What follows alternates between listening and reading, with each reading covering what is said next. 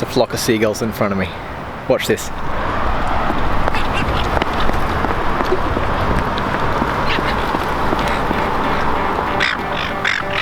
And they regroup.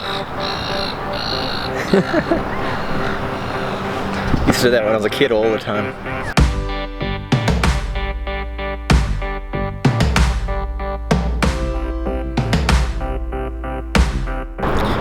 Now, when you got people talking about patents and trademarks and copyright, you're inevitably going to run into the term intellectual property, which is what all of this is referred to as.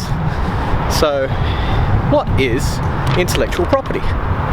That's a sort of basic understanding. Intellectual property can be thought of as property, so something that you kind of own, that is made intellectually, so made by thought. So basically, intellectual property refers to creations of the mind. Yeah, but it's about to start raining. Yeah. So there are two main areas of intellectual property. There is industrial property, and there's copyrights. Intellectual property can be commercialized, so you can profit from your intellectual property, and you should be allowed to, because you thought of it. You should be able to make money off it if you want to. And this is where intellectual property law comes into place. So there are laws and there are rights assigned to you that protect your ideas so that you can profit from them.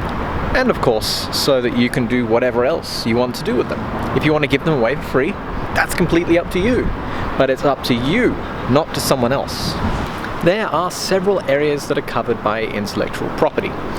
The main ones, which most people will recognize, include patents and copyright and trademarks. We've also got other ones like registered designs, circuit layouts, other. You've also got plant breeders' rights here in Australia as well. And depending on what country you are in, there are different names for different parts of intellectual property law. For instance, a standard patent here in Australia is equivalent to a utility patent in America. Similarly, a registered design here in Australia is equivalent to a design patent in America. Same thing essentially, just slightly different name and slightly different explanation. So in Australia you've got the two main types of patents, which are standard, which you apply for provisional first and then you can get the complete standard patent. This lasts for 20 years, although with pharmaceutical you can extend that. Or you've got the innovation patent, which lasts for 8 years. The main differences between these are that there are more checks on a standard patent. There are more hoops that you need to jump through in order to get them, but it lasts a lot longer because it is more yours. You can also have more claims within a standard patent. In Australia you've also got trademarks, which you can register a trademark online. It's pretty straightforward and pretty simple and pretty easy, as long as no one else has registered this before you. Now, trademarks can cover logos, words and characters, colours, phrases, sounds, smells, shapes, pictures, or any combination of these. So yeah, your trademark can be just about anything. The standard length that a trademark can be registered for is 10 years at a time, and you can renew indefinitely. Registered designs are also pretty common. These only actually cover the physical design of an object. They don't cover the function, they don't cover the purpose or anything like that, or the idea. They literally just cover what it looks like. One that I wasn't particularly familiar with until I started my course was plant breeders' rights. So this is where you can protect your rights towards a certain breed of plant. This doesn't protect the process or products, it just protects the variety that you have created. And protection for this can last up to 20 years. Then you've got copyright, which is a very broad subject. It covers any sort of works that may have been created by you.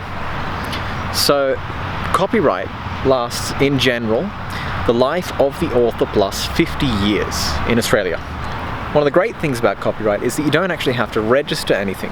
Now, sure, there are places where you can register it, but you don't have to register to have copyright applied to your works. They are automatically registered to you. One problem with that is, of course, in enforcing your rights. It can be a bit hard. This is where collecting societies come in. But I'll do more on collecting societies in another video. Another sort of standard thing that is protected is circuit layouts. This is protected in a pretty similar way to copyright. The protection for this depends on how it has been commercially exploited, but in general this lasts for about 10 or so years. And then you have other, which is pretty much anything else that has been designed to protect your ideas. Now, other generally refers to confidential information or trade secrets. So this is not regulated really in any particular way. This is regulated by you, and by you keeping it a secret. And how well can you keep it a secret? I mean, once the information is out there, it is no longer confidential information, so everyone can know about it if they know where to look. And once it has been disclosed in that way, it's no longer confidential, it's no longer a secret, it's no longer protected. Examples of this sort of thing is like the recipe for Coca-Cola or the recipe for KFC chicken.